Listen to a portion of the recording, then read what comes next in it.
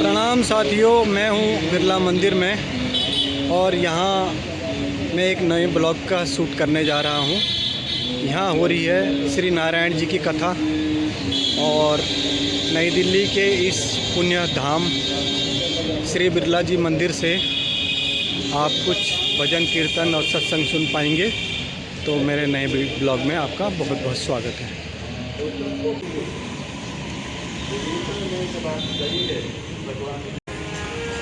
और मंदिर बहुत भव्य तरीके से सजा संवरा हुआ है, क्योंकि अष्टमी और नवमी के उपलक्ष्य में यहाँ पर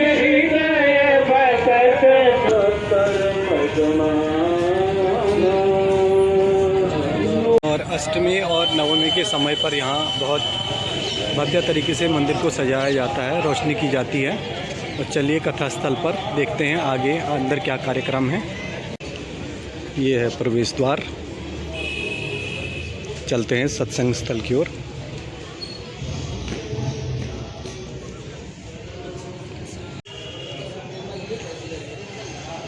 और हमें जाना है सत्संग स्थल, जो कि कुछ ही दूरी पर है।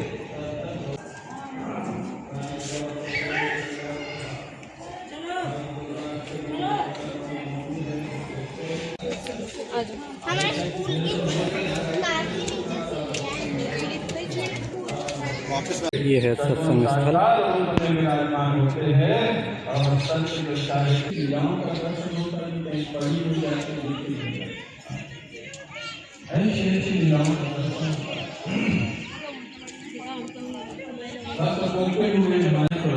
की पूजा क्यों करते? और राम बेटा मानते थे, जानकी जी को बहू मानते थे, राधा कृष्ण की पूजा करते थे कि हमारे सीताराम जी को खुश रखना। क्या भाव है? हमारे सीताराम जी को खुश रखना। सीताराम जी हमारे छोटे हैं, बेटे को हुए। ये है भाव की प्रधानता, ये है भाव का आनंद। और दो लोग जो राम जी के भक्त थे, वो शरीर छोड़ने के बाद साकेत धाम जाते। मैं तो रहते ही हूँ साकेत धाम में। बहुत दिनों के बाद दोनों का मिलना हुआ, दोनों माताओं का, कौशल्या जी का और यशोदा जी का आपस में खूब प्रेम से वार्तालाप हुई। और कृष्ण जी राम जी आपस में खेलने लग गए, दोनों बाल रूप में दोनों खेल रहे। और बातचीत में इतने तन्मय हो गई कि जब लौटने लग गई तो यशोदा जी बालक राम जी को ले गई, और कौशल्या जी बालकृष्ण को ले गए। ले तो गए, क्योंकि भाव में इतने तन्मय थे कि ध्यान ही नहीं रहा। जब ले गए अब महाराज नंद बाबा के घर में बालक राम जी जाकर के शांत बैठ गए। तो धीर गंभीर मर्यादा पुरुषोत्तम, इतना शांत कभी देखा ही नहीं गया था कृष्ण जी को। कौशल्या जी दशरथ जी को चिंता हो गई,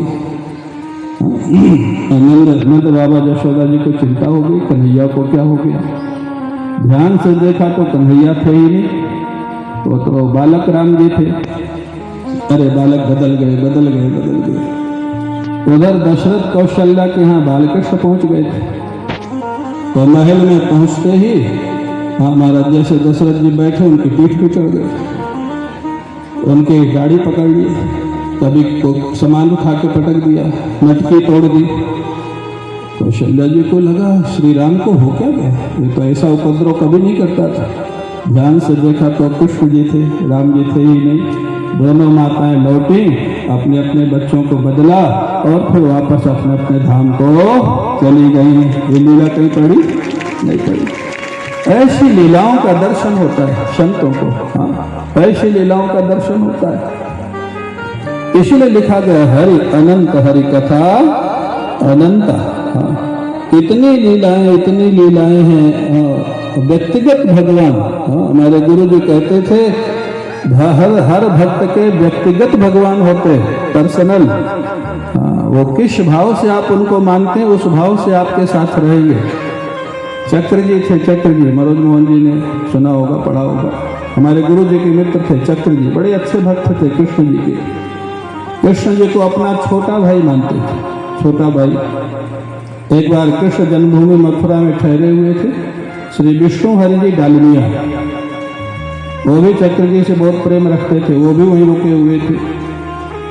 चक्र जी पूजन कर रहे थे, तब तक थोड़ा विलंब हो गया होगा, तो डालमिया जी पहुंच गए चक्र जी के कमरे में। देखा कृष्ण भगवान की पूजा कर रहे। डालमिया जी ने छेड़ दिया, आपके तो ये छोटे भाई है, कोई छोटे भाई की पूजा थोड़ा करता है, कोई बड़े भाई हो, इष्ट हो, तब तो पूजा किया जाए। आप तो कहते आपके छोटे भाई हैं, तो पूजा कैसे कर रहे हैं?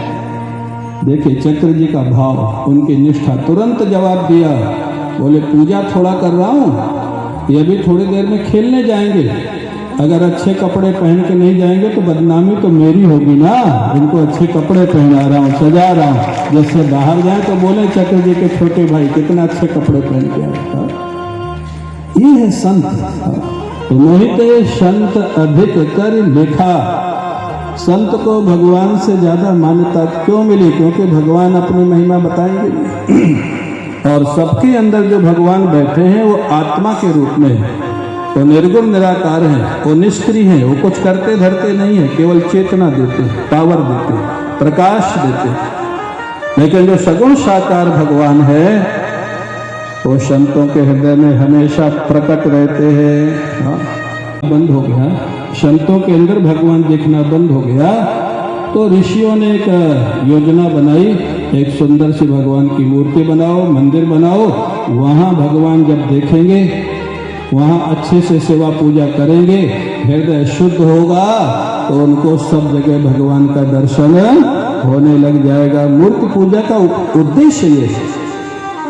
मंदिर में मूर्ति पूजा करना यह भक्ति का प्रारंभ है, लेकिन मूर्ति पूजा करते करते इन मूर्तियों में सब में ठाकुर का दर्शन होने लग जाए, यह भक्ति की पूर्णता है, यह भक्ति की पूर्णता है। तो अभिप्राय मोहिते संत अधिक कर लेखा। मोहिते संत अधिक कर लेखा। भगवान श्री राम कहते हैं, इसलिए जो भक्त होता है, संतों का एक वाक्य है, संतों को क्या कहा जाता है? भगवान के चलते फिरते मंदिर। संतों को क्या कहा जाता है? भगवान के चलते फिरते मंदिर। वचन से नहीं होगा।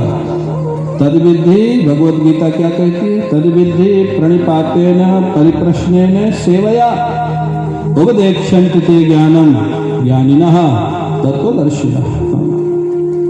भगवद गीता कहती है, अगर आपको तत्व की अनुभूति करनी है, भगवान का अनुभव करना है, तो पहले जिन्होंने किया है प्रणिपात, प्रकर्षेण निपातः प्रणिपातः, पूर्ण शरणागति, कंप्लीट सरेंडर। ऐसे महापुरुष के प्रति पहले समर्पण करो, ईगो छोड़ करके जाओ, उसके बाद प्रश्न करो, जिज्ञासा करो, जो तुम जानना चाहते हो, जीवन का प्रश्न।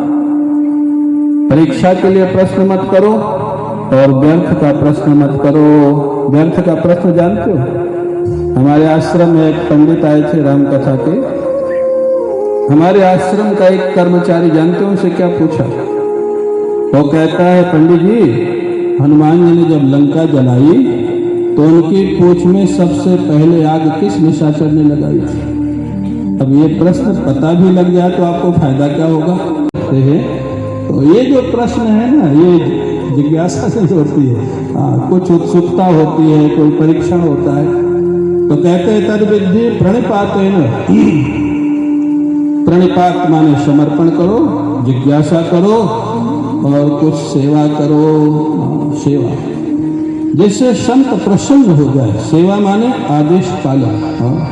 जो आपकी योग्यता है, जो गुरु का आदेश हो वो सेवा करो, तब उपदेक्षन्ति ते ज्ञानम आएगा। इसलिए संत वेश का सम्मान करो। अभिप्राय तब आ जाए 8वीं भक्ति में। 7वीं का कल कुछ रह गया था। 8वीं भक्ति क्या है? 8वां जथा लाभ संतोषा, सपने हो नहीं देखे पर दोषा। 8वीं भक्ति क्या है? जो हो जाए उसमें खुश। 8वां जथा लाभ संतोषा। हमारे आदरणीय राजश्री जी हैं, ऐसा स्वभाव उनका, जो हो जाए उसमें खुश, जो जैसा कह दे ठीक, आवे तो खुश, ना आवे तो खुश। यही है 8वीं भक्ति। हर परिस्थिति में। मैं आज सुबह पूछ रहा था राष्ट्री जी से कि आपको कभी गुस्सा नहीं आता, मैंने देखा नहीं कभी। हाँ, सभी लोगों का एक ही वो श्लोक का जो अर्थ है वही अर्थ इस चौपाई का है।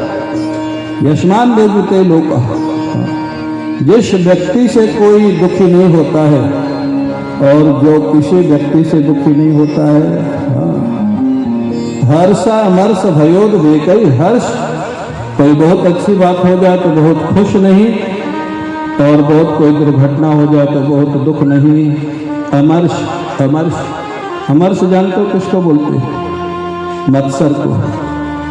अमर्ष माने मत्सर, जो किसी की उन्नति को देख करके चिढ़ होती है, जलन होती है, तो उसको बोलते हैं मत्सर, अमर्ष। जिसके जीवन में अमर्ष नहीं, खुशी व्यक्ति को देख के खुशी होती है। भगवान ने बड़ी कृपा की कि कितने आनंद में। हाँ, सबको खुश रखने का प्रयास किया जाता है। दुखी को देख करके मन में वेदना होती है, प्रभु इसका भी भला कर दो। हाँ, ये ज्ञानी भक्त का लक्षण है, जिसके जीवन में सब भगवान में दिख रहा है। क्योंकि सातवीं भक्ति तो है सब में भगवान का रूप देखना। तो सब में भगवान का रूप देख रहा है तो किससे दुश्मनी करेगा, किससे विरोध करेगा, किससे जलन करेगा? भगवान शंकर ने कहा, उमा जे राम चरण रथ, विगत क्रोध मद लोभ, निज प्रभु में देखे ही जगत, तो कही सन करही विरोध। वो स्वामी जी ने लिख दिया, प्रभु का दर्शन जो सर्वत्र कर रहा है तो विरोध करेगा तो किससे करेगा? क्या अपने प्रभु से करेगा? ज्ञानी भक्त का लक्षण। हर परिस्थिति में जो प्रसन्न है, भगवान शंकर को देखिए, भक्त प्रहलाद को देखिए, हनुमंत लाल जी को देखिए, ये सब भगवान शंकर तो भगवान ही है। हनुमंत लाल जी उनके अवतार ज्ञानी भक्त हैं, प्रहलाद जी ज्ञानी भक्त हैं। अच्छा, भगवान शंकर जब सत्संग करने गए थे अगस्त ऋषि के यहाँ, लौट के आए तब क्या दृश्य देखा था? श्री राम का वनगमन। श्री राम और लक्ष्मण जानकी जी के वियोग में रो रहे हैं, हा सीते, हा सीते, हा सीते, हा सीते। भगवान शंकर मुस्कुरा रहे हैं। अरे भाई, भगवान शंकर क्यों मुस्कुरा रहे हैं? प्रभु रो रहे हैं। भगवान शंकर देख रहे हैं क्या सुंदर लीला कर रहे हैं। हाँ, आपका मित्र एक्चुअल में रोए तो आपको तकलीफ होगी, लेकिन रामलीला में इतना अच्छा अभिनय करे कि ऑडियंस रोने लग जाए, तो आप मित्र के अभिनय से प्रसन्न होंगे कि रोंगे? तो भाई हाँ ना तो बोलना पड़ेगा, प्रसन्न होंगे ना। क्या अभिनय किया है श्री राम, ऐसा अभिनय कर रहे हैं, ऐसा अभिनय कर रहे हैं कि सारा जंगल रो रहा है। भगवान शंकर का मन तो हुआ कि ऐसी परिस्थिति में जाके हृदय से लगा लो, क्या प्रभु आपकी लीला है। लक्ष्मण जी भी नहीं पहचान सके सच्चाई क्या है, लेकिन उस समय मिलते तो लीला का भेद खुल जाता है।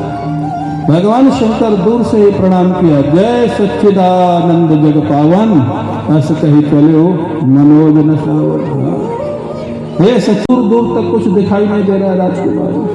सत्य माने क्या होता? जो हमेशा एक रस रहे। सत्य माने जो हमेशा एक जैसा रहे, उसका जो परिवर्तनशील नहीं होता, उसका नाम सत्य। चित्त माने जिसको पूर्ण ज्ञान है। अरे इनको तो अपनी पत्नी का ही नहीं पता है, तो पूर्ण ज्ञान कहाँ से हो गया? सती के मन में शंका हो रही। और आनंद, आनंद से तो दूर दूर तक नाता नहीं, इतना रो रहे हैं कि सारा जंगल रो रहा है। ये सच्चिदानंद भगवान कैसे हुए? सती की बुद्धि तो तेज, तर्क हो गया। भगवान शंकर समझ गए, उन्होंने कहा देखो सती ये लीला कर रहे हैं, भ्रम मत करो, ये अभिनय कर रहे हैं रोने का। नारद जी ने भगवान राम से पूछा था ना, जब वो अभिनय कर रहे थे रोने का, प्रणाम करने गए, प्रभु आपका रोना देख के मेरे को बड़ी व्यथा हो रही है। आप मेरा विवाह नहीं होने दिए, इसलिए मैंने आपको शाप दे दिया, इसलिए आपको रोना पड़ रहा है। आप मेरा विवाह क्यों नहीं होने दिए? भगवान रोना बंद करके मुस्कुराने लगते। भगवान राम ने कहा, नारद मैं तो नाटक में रो रहा हूँ, तेरा विवाह हो जाता तो सच्चाई में रोना पड़ता। ताली बजा लो अपने लिए। क्यों मनीष, ठीक है ना? भगवान मुस्कुराए, बोले नारद मैं तो नाटक में रो रहा हूँ, तेरा विवाह होता तो सच्चाई में रोना पड़ता। बड़े बड़े पुलिस के अधिकारी, मैं जानता हूँ कि अधिकारी को डीजीपी है, लेकिन अपनी पत्नी के कारण रोना पड़ता उनको, नहीं मानती उनकी बात। एक हमारा भक्त था, उसकी पत्नी इंस्पेक्टर थी पुलिस में बांदा जिला में। वो बड़ा उपद्रवी था आदमी, गांजा पीना, लड़ाई झगड़ा करना दिन भर। वो पत्नी आई मेरे पास, महाराज इसको रख लो, थोड़ा सुधारो उसके पति को। मैंने कहा तुम तो पुलिस इंस्पेक्टर हो, तुम क्यों नहीं सुधारती? वो बोलते क्या करूं, दूसरा कोई होता तो एक हफ्ते में सुधार देगा, पति है मैं कुछ कर नहीं सकती इसका, आप ही सुधारो उसको। कहते थे देखो शंकर जी से भी सीख लेना, सुखी रहना है तो भगवान शंकर जैसे ज्ञानी पुरुष की बात भी उनकी पत्नी नहीं मानी, तो तुम्हारी मान जाए तो समझ लेना शंकर जी से ज्यादा अच्छे हो, नहीं माने तो समझ लेना शंकर जी के बराबर हो। दुखी क्यों होना? सुखी होने के सूत्र, सुखी होने के उपाय। भगवान शंकर की बात नहीं मानी सती, बहुत समझाया। भगवान शंकर क्या कहते हैं, मोरे कहे न संशय जाही, विधि विपरीत भलाई नाही, वही है ईश्वरी जो राम रति राखा, तो करी तर्क बढ़ावे शाखा, अस कही लगे जपन हरि नामा। ये है, ये 8वीं भक्ति है। बात मान ले तो भी खुश, और बात नहीं मानी तो भी खुश। 8वां जथा लाभ संतोषा, ज्ञानी भक्त के अलावा संभव है। भगवान शंकर खुश है, नहीं मानी कोई बात नहीं। भगवान की कुछ और इच्छा होगी, चिंता नहीं की है कि पता नहीं क्या होगा, परीक्षा लेने जा रही हैं, पता नहीं गास कहीं लगे जपन हरि नामा, श्री राम जय राम जय जय राम, भजन करने लगे। अब जो होगा बाद में पता लगेगा। लौट के आई, पूछा क्या हुआ, कैसे परीक्षा लिया? सती को पता तो लग गया था भगवान, वो बड़ा प्रसंग है। सती ने कह दिया कछु न परीक्षा ली गोसाई, तीन प्रणाम तुम्हारे, मैंने कोई परीक्षा नहीं लिया। आप सच्चिदानंद भगवान कह के यहाँ से प्रणाम किए, मैं थोड़ा पास से जाकर प्रणाम कर दिया। अब इतनी बात तो भगवान शंकर समझते हैं कि इतनी तो ये सच्चाई नहीं हो रही। तो महेश देखो धर ध्याना, ध्यान लगा के देखा सती ने क्या किया। तब शंकर जी को पता लगा सती कीन सीता कर वेश, सती ने सीता का वेश बना करके परीक्षा लिया। अब भगवान शंकर बहुरी राम मायहि सिर नावा, प्रेरि सती भी झूठ कहा। यहाँ पर भी सती के प्रति कोई नफरत नहीं है। यह 8वीं भक्ति, 8वां जथा लाभ संतोष। इतनी बड़ी हुई है सोई जो राम रच राखा, तो करी तर्क बढ़ावई शाखा। ये तुम्हारे जीवन में काम देगी। अच्छाई के लिए पूरा प्रयास करो, अच्छे से समझाओ, अच्छा काम करो। कोई नहीं माने तो 8वीं भक्ति की चौपाई याद कर लिया करो, वही है सोई जो राम रचि राखा। भगवान का नाम, भक्त प्रहलाद का नाम करना था। अग्नि में जलाया गया, विष दिया गया, भोजन बंद कर दिया गया, हाथी को उनको ऊपर से निकाला गया, जेल में बंद कर दिया गया। क्या नहीं किया भक्त प्रहलाद के जीवन में। अंत में जब कुछ नहीं हुआ तो हिरण्यकश्यप उनको मारने के लिए तैयार हो गया। मार डालूंगा तेरे को, तलवार लेकर के आ गया।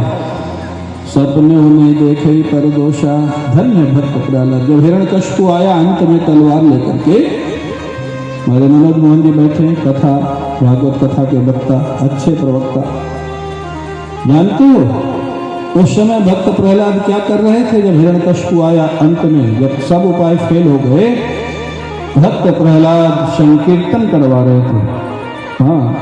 गुरुकुल में संकीर्तन, लेकिन गुरुकुल किसका था? असुरों का। असुरों का गुरुकुल था। वहां महामंत्र का संकीर्तन चल रहा था। हरे कृष्णा कृष्ण कृष्ण हरे राम राम राम। आप लोग भी बोलोगे तो अच्छे ही रहेगा आपके लिए। हरे कृष्णा कृष्ण कृष्ण हरे राम राम राम। ये संकीर्तन चल रहा था। और महाराज सारे बच्चे संकीर्तन कर रहे थे। तो मित्रों, आप बिरला मंदिर से गुरुजी के मुख से कथा सुन रहे हैं और इसका एक ही भाव है कि अपने तन मन को शुद्ध किया जाए, भगवान की भक्ति में मन को लगाया जाए और जो उन्होंने मनुष्य के लिए कर्म बनाए हैं, कर्म बंधन, उन्हें ठीक से निभाया जाए तो ही हमारा जीवन सार्थक है।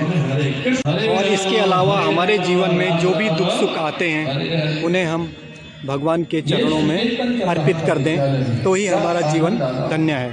आप कितने पानी से भी नहाएं, शरीर ही आपका स्वच्छ हो पाएगा।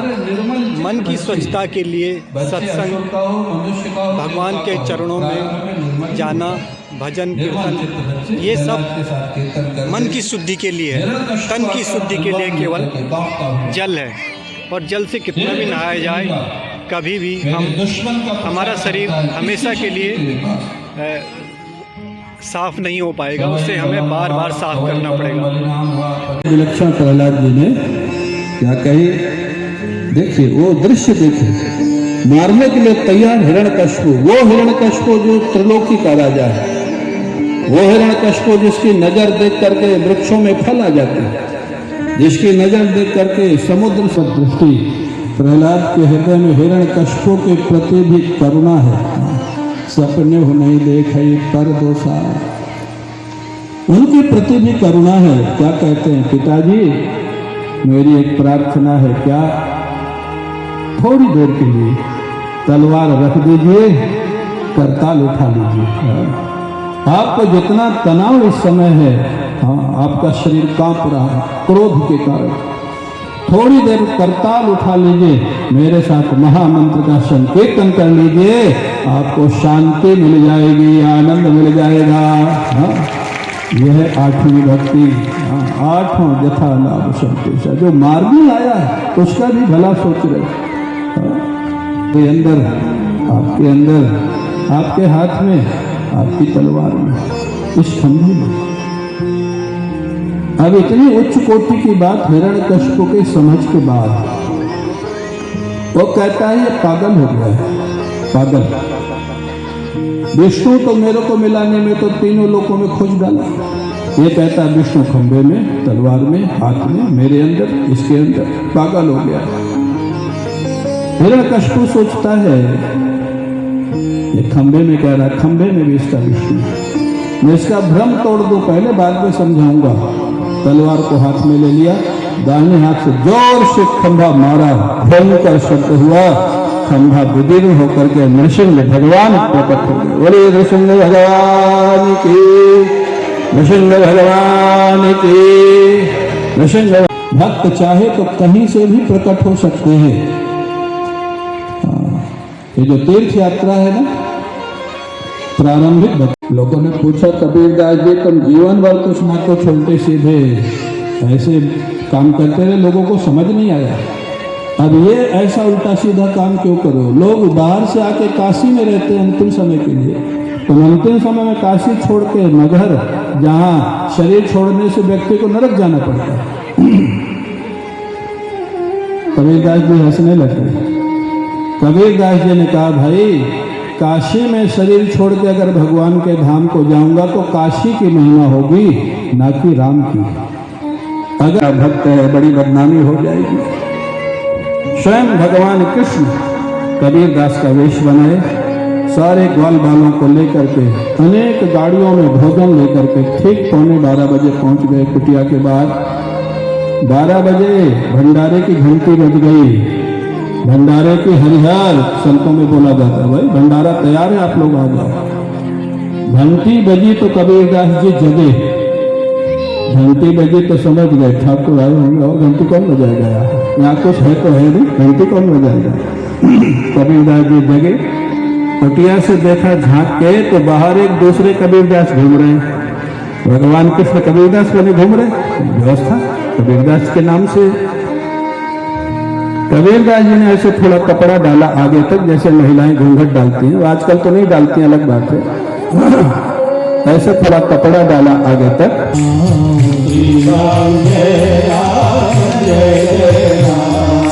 श्री राम जय जय राम। श्री राम जय जय राम। श्री राम जय जय राम। श्री राम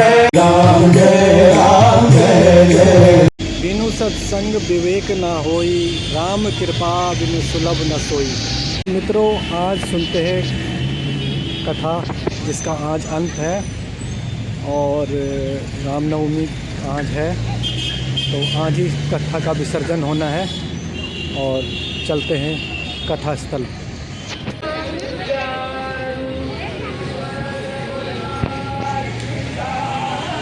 और यहाँ से कथा स्थल की ओर प्रस्थान करते हैं।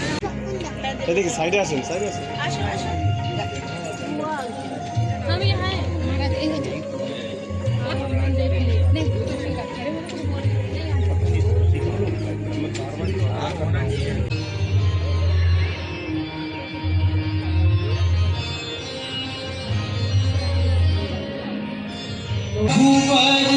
छवि के समान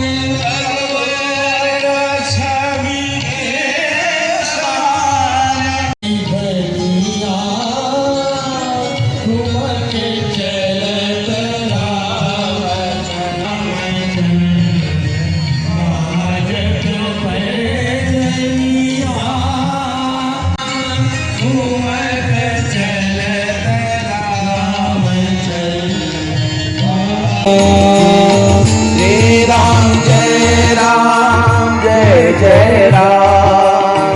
श्री राम जय जय राम। श्री राम जय जय राम। जय जय राम। श्री राम जय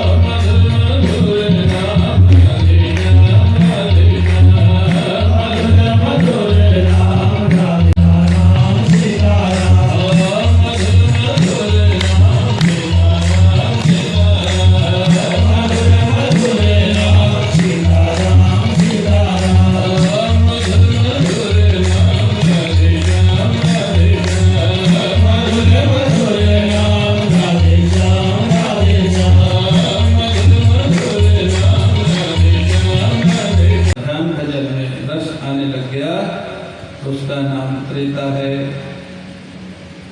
सत्वगुण हो, रजोगुण भी आ जाए, प्रवृत्ति आ जाए सत्वगुण के साथ साथ, उसका नाम द्वापर है। और सत्वगुण माने शांति, रजोगुण माने प्रवृत्ति, तमोगुण माने तनाव। ऐसे समझिए, सत्वगुण गायब हो जाए माने शांति गायब हो जाए, व्यस्तता बढ़ जाए और तनाव बढ़ जाए, उसका नाम है कलयुग। उसका नाम कलयुग। तो एक जो साधक है, एक सज्जन पुरुष है, उसके हृदय में चारों युग प्रतिदिन आते हैं। चारों युग प्रतिदिन आते हैं। आप ब्राह्म मुहूर्त में उठना सीखो। बहुत लोग उठते भी होंगे। एक दिन मैंने पूछा भी था, कई लोगों ने हाथ उठाया भी था। हाँ, प्रातः 3 बजे से 6 बजे का समय ब्राह्म मुहूर्त है। स्वाभाविक शांति, 50% सपोर्ट तो आपको नेचर से मिल जाएगा उस समय उठ के। तो सत्वगुण, तो मैं कह रहा था भगवान श्री राम केवल त्रेता में आए ऐसा नहीं, आज भी आते हैं। तुलसीदास जी को तो कलयुग में ही दर्शन दिए थे ना, हनुमान जी ने दर्शन करवाया था। चित्रकूट के घाट पर भई संतन की भीड़, तुलसीदास चंदन की तिलक दे रघुवीर। इसी कलयुग में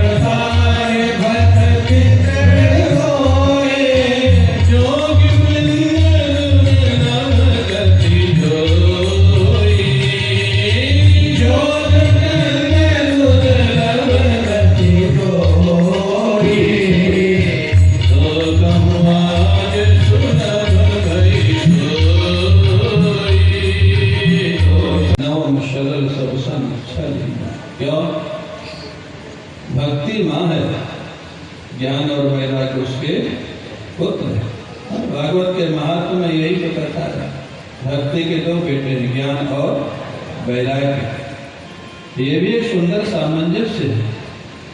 कोई कहे कि हमको भक्ति नहीं चाहिए, ज्ञान वैराग्य है हमको, ऐसे समझो बिना माँ के बेटे, माँ के बिना बेटे कैसे होंगे?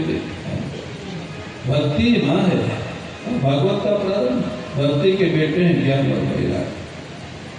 और कोई ये कहे कि हमको भक्ति ही भक्ति चाहिए, ज्ञान वैराग्य से लेना देना नहीं, बिना ज्ञान वैराग्य के, जैसे बिना संतान के माँ दुखी रहती है, ऐसे बिना ज्ञान वैराग्य के भक्ति में भी दुख रहता है। भक्ति में भी दुख रहता है। कई भक्त, यहाँ सब भक्त ही बैठे हैं, लेकिन क्या सब दुख मुक्त हैं? भक्त हैं, पूजा करते हैं, सेवा करते हैं, प्रार्थना करते हैं, लेकिन जब व्यापार में घाटा लग जाए तो दुख, परिवार में वियोग हो जाए तो दुख, सम्मान कम हो जाए तो दुख। क्यों भाई? वैराग्य नहीं है ना, वैराग्य नहीं। ज्ञान। आज श्री राम को देख करके बार बार मन ब्रह्मानंद को छोड़ करके रामानंद का आनंद ले रहा है। श्री राम का आनंद।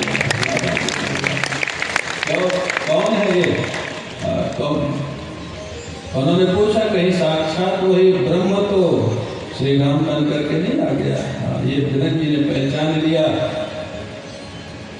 पूछा कहीं साक्षात परब्रह्म परमात्मा ही तो श्री राम बन करके नहीं आ गए? विश्वामित्र जी ने इशारा किया, वचन तुम्हार न होई अली का। आपकी वाणी मिथ्या नहीं हो सकती महाराज, आपकी पहचान झूठी नहीं हो सकती। पूजराम किंकर जी महाराज कहते हैं विश्वामित्र जी शायद बताने ही जा रहे थे को ब्रह्म ही राम बन के आए हैं। श्री राम मुस्कुरा करके देखे गुरुदेव की तरफ, अभी बता दोगे तो धनुष्य के का आनंद नहीं आएगा। अभी बता दोगे कि श्री राम है तो जनक के सारे नियम तोड़ करके जानकी जी का विवाह श्री राम से कर देंगे, धनुष्य को होगा ही नहीं। ताली बजाओ तो सही से बजाओ। ऐसा मिलता है और उनके पास कुछ सामान पैसा बैंक बैलेंस भी रहते था। तो महात्मा कहते थे महाराज आपका जो मिथ्या बैंक बैलेंस है ना हमको दे दो, आपके लिए तो मिथ्या है ना। मिथ्या मैंने झूठा क्यों महेंद्र सेगवाल, आप तो मिथ्या संपत्ति के लिए बहुत लोगों को घुमाते महाराज। खाली बिल्कुल सफाई कर देते हैं। तो कहते हैं अगर झूठा है तो पकड़ के क्यों बैठे हो? अगर पकड़ के बैठे हो तो झूठा समझा कहाँ, खाली बाण जमानी जमा खर्च है, मिथ्या है मिथ्या है मिथ्या है। मिथ्या है तो स्वप्न के सोना के प्रति किसी का आकर्षण नहीं होता, स्वप्न के राज्य के प्रति किसी का आकर्षण नहीं होता है। अगर आकर्षण है तो अभी स्वप्न देख रहा है, जगह नहीं है। और अगर जग गया है तो स्वप्न का राज्य और स्वप्न का सोना आकर्षित नहीं करेगा। सीधी सी बात, वेदांत का सबसे बड़ा दृष्टांत तो स्वप्न ही। तो जब भक्ति आती है, ज्ञान आता है, उसके बाद वैराग्य, सहज वैराग्य जो जनक जी के जीवन में था ना, सहज विवेक। अरे भाई सोने के बाद जब जग जाएंगे तो जो स्वप्न का सोना था उसके लिए, उससे वैराग्य करने के लिए विवेक की जरूरत है क्या? नित्यानित्य विवेक करो, ये झूठा है सच्चा, अरे तो स्वाभाविक जगने के बाद पता लगेगा वो था ही नहीं। थानेदार का डर है ना, फ्लैट वाले का डर है ना, चोरों का डर है ना, पुलिस का डर है। क्या मस्ती उस महात्मा के जीवन में थी। एक और संत ब्रज में रहते थे, मैंने सुना है, वो भी महाराज भिक्षा मांग के खाते थे, कुटिया में चटाई बिछा के सो जाते थे। एक दिन उस संत से मिलने के लिए एक बड़े कोई राजघराने के व्यक्ति आए उनकी कुटिया में। राजघराने के लोग आए तो बहुत सारे लोग आए, फल आए, मिठाई आई। अब उसके बाद वो लोग मिल के चले गए महाराज का दर्शन करके। चोरों को पता लगा जिस कुटिया में महात्मा जी के पास राजघराने के बहुत लोग आए थे, फल मिठाई बहुत आया। फल मिठाई आया है तो पैसा भी आया होगा, दक्षिणा भी आई होगी। अब महाराज जो बाबा थे विरक्त महात्मा, जो भी आता था उसी दिन बांट देते थे, रखते नहीं थे अगले दिन के लिए। ये तो बात हमने कोई रोटीराम बाबा के जीवन में देखी, जहाँ मैं रहा 2 साल। कुछ भी आता था बोले कल के लिए मत रखना। एक एक ट्रक कभी कभी फल आता था, सब बंटवा देते। बोले जो राम जी ने आज भेजा है वही हमारे राम जी कल भेजेंगे। अगर रख लोगे तो कल राम जी नहीं भेजेंगे, इसलिए कल के लिए मत रखना, आज ही बांट दो। तो वो जो थे, अब जानते हैं वो महात्मा, उन्होंने तो सब बंटवा दिया फल और मिठाई। लेकिन चोरों को कहाँ भरोसा। रात्रि में चोर घुस आए तो बाबा जी की कुटिया में। कुछ ठंडी का समय शुरू हो रहा था, कार्तिक मार्गशीर्ष का महीना था। बाबा के बिछाने की एक चटाई थे, पतला सा कंबल था, हल्की हल्की ठंडी लग रही थी। अब वो जो चोर आए वो भी कंबल ओढ़ के आए थे। उन्होंने क्या किया जानते हो? अपना अपना कंबल कुटिया के अंदर रखा और बाबा की कुटिया की छानबीन प्रारंभ किया। पैसा वैसा कहाँ रखा है जो दे गए राजघराने के लोग। बाबा लेटे हुए थे लेकिन जगे हुए, आंखें बंद किए थे। तो समझ गए चोर हैं, खोज रहे हैं सामान, खोजने जो कुछ है तो है नहीं। लेकिन बाबा की मस्ती देखो, बाबा को हल्की हल्की ठंडी लग रही थी वो चोरों ने जो अपना कंबल निकाल के रखा था वो कंबल को खींचा और ओढ़ लिया। चोर अपना खोज रहे हैं पैसा। अब चोरों को पैसा तो मिला नहीं, था ही नहीं, तो मिलेगा कहाँ से? जब नहीं मिला तो चोरों ने सोचा चलो दूसरी कुटिया में चले, यहाँ तो कुछ है नहीं।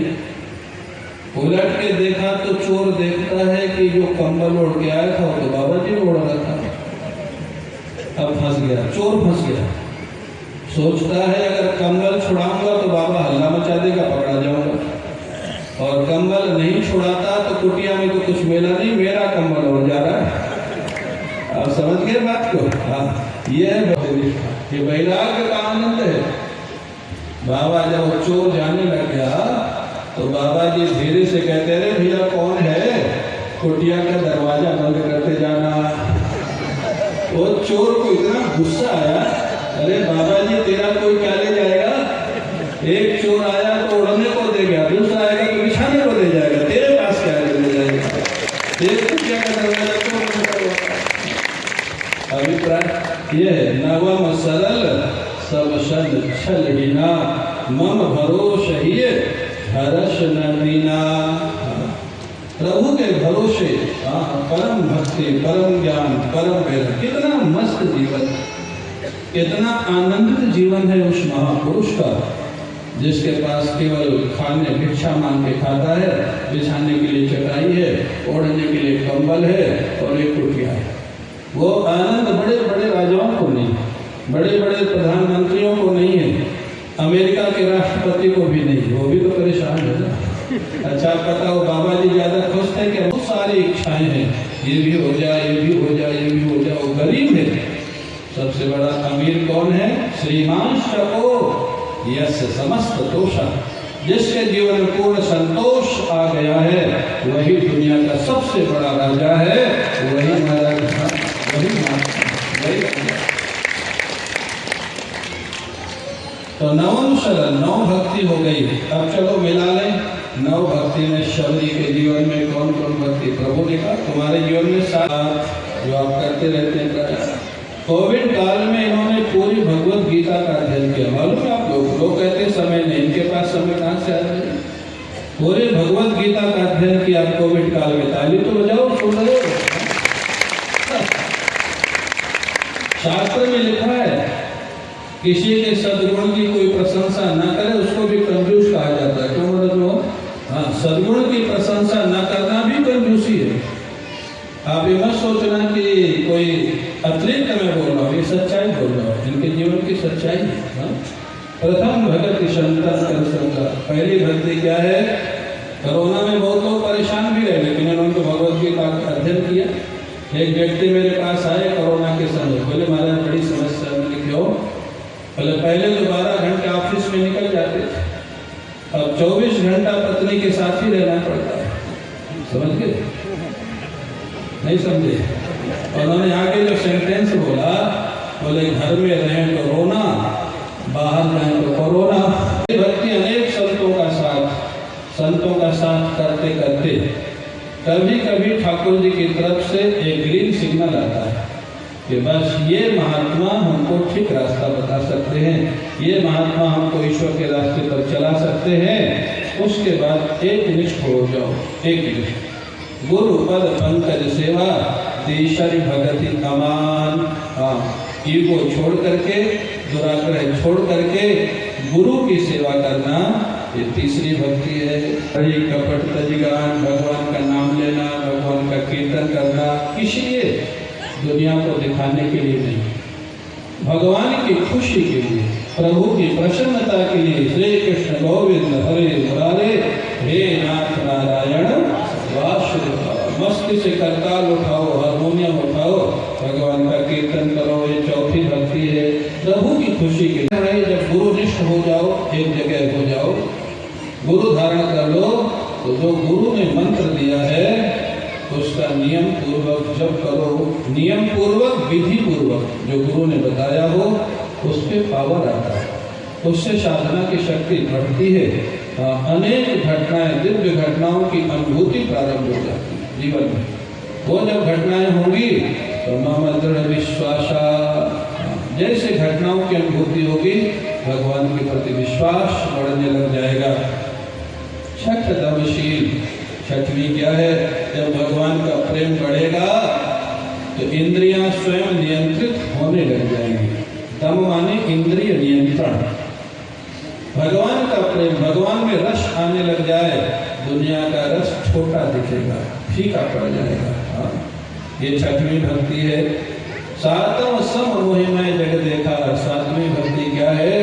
हाँ, इतना भजन करते करते हृदय शुद्ध हो जाए कि सबके रूप में अपने ठाकुर का दर्शन होने लग जाए, ये सातवीं भक्ति है।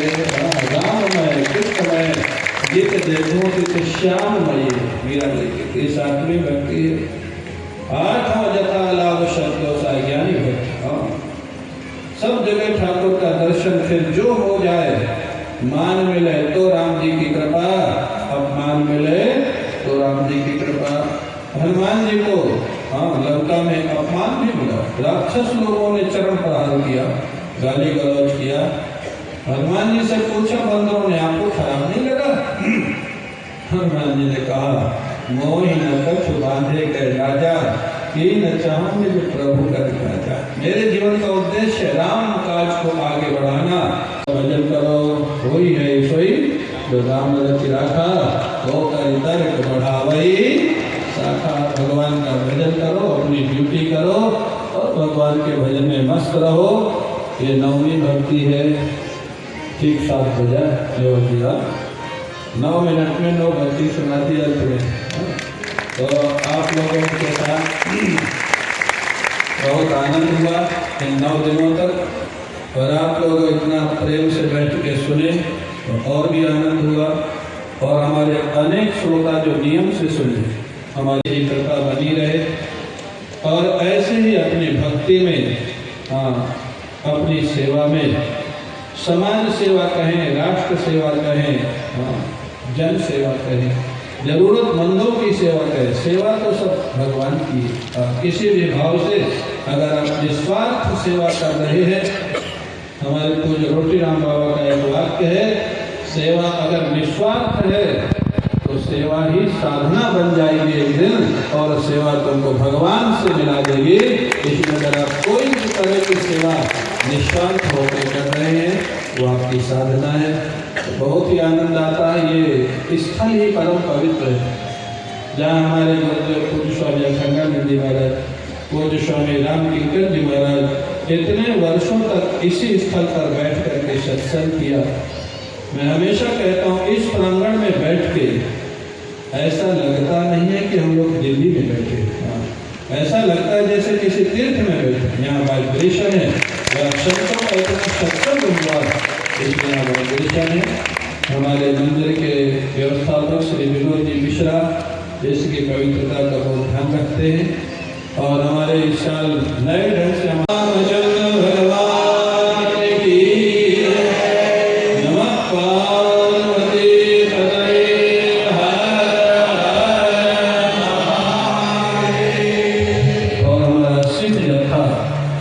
लगभग 40 साल से सिख जत्था जो सबके चरण पादुका की सेवा में रहते हैं, कितने वर्षों से हमारे गुरु जी के समय से, पूज्य राम किंकर जी के समय से, सबके जूता चप्पल की सेवा, निस्वार्थ सेवा जो करते हैं, उनके लिए भी बहुत बहुत धन्यवाद, बहुत बहुत आशीर्वाद। और उनके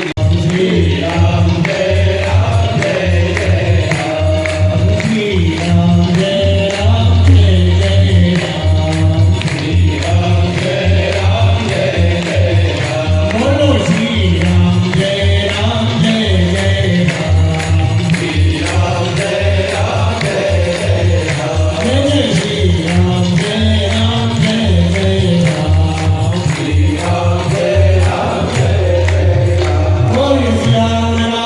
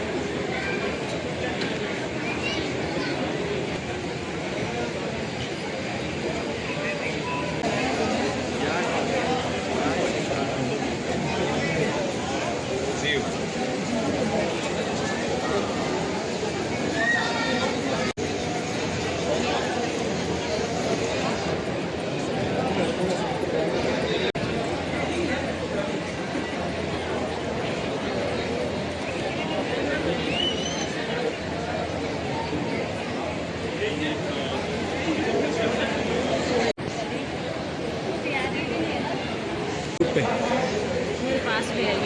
और फ्यूचर में दीदी का भी अपने आप को यूट्यूब पर देख पाएगी। राधे राधे। और हम अब सत्संग स्थल से बाहर निकलते हुए, ये है बिरला मंदिर। आज रामनवमी है, इस अवसर पर आज मंदिर को बहुत अच्छी तरह सजाया गया। अरे और दीदी कह रही है कि मेरे भाई को, मुझे दीदी का वाकई आशीर्वाद चाहिए, क्योंकि मेरे पास बहन नहीं है, बाकी सब कुछ है।